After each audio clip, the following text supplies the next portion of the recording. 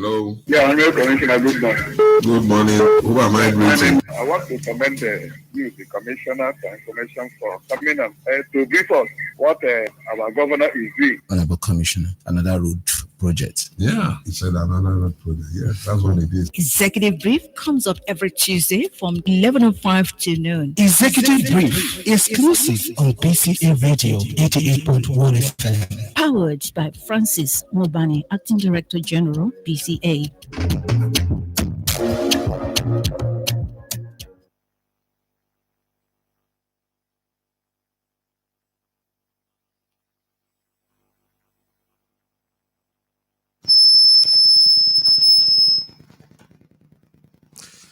Good morning, listener, and welcome to Executive Brief on BCA Radio 88.1 FM. Omaha, of course, Executive Brief is also simulcast at Flow FM Omaha, Real FM Aba, and of course, Family Love FM Omaha. We're so glad to have you join us this morning. And today we have the Honorable Commissioner who is here with us to talk about issues or events happening in the state. Of course, it's always a pleasure to have him here. And of course, good news will always stream from this platform. Honorable Commissioner, you're welcome. Good morning, listeners.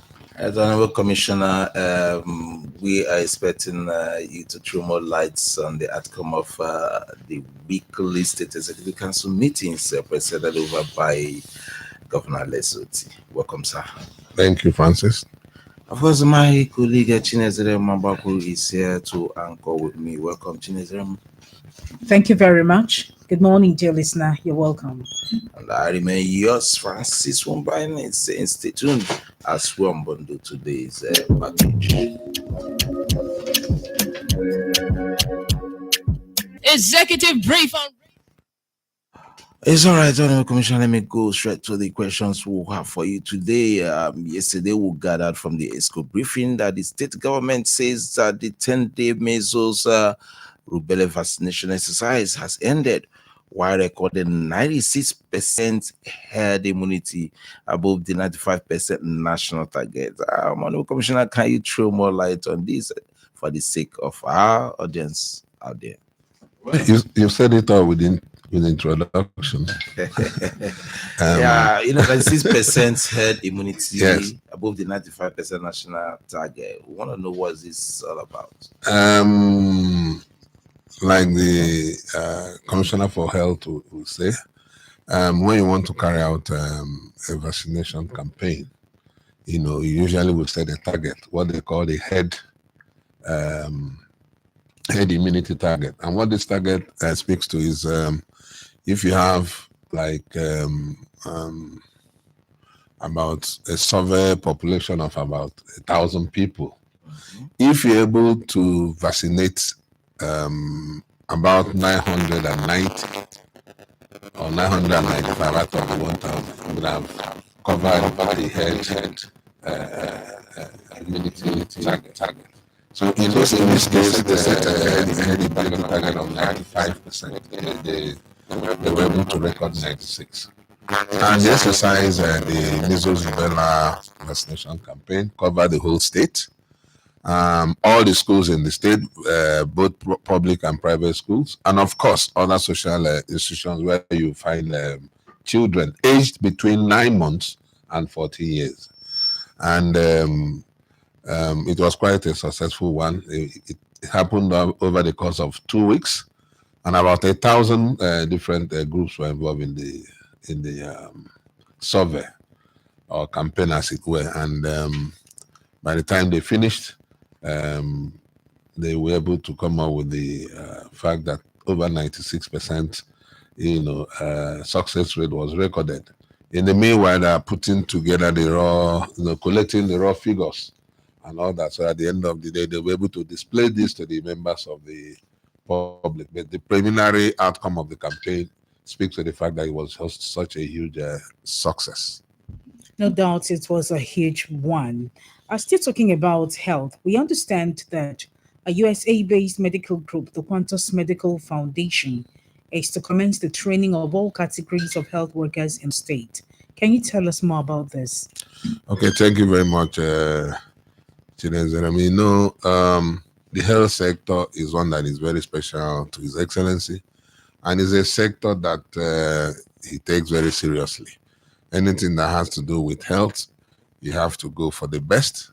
You have to ensure excellence. So this Quantus Foundation are going to collaborate with the state government through the Ministry of Health to train Abia Health personnel, ranging from doctors down to other categories of health workers. And what this is all about is about the culture, practice culture of our medical personnel.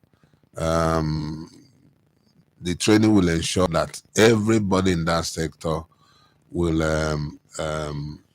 ensure best practices in the way they practice their trade.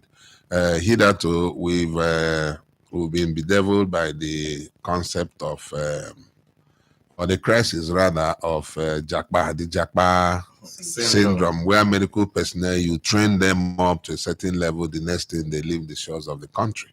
And the country is, the health sector is country. So such practice, this foundation, after training them, tell them what it takes.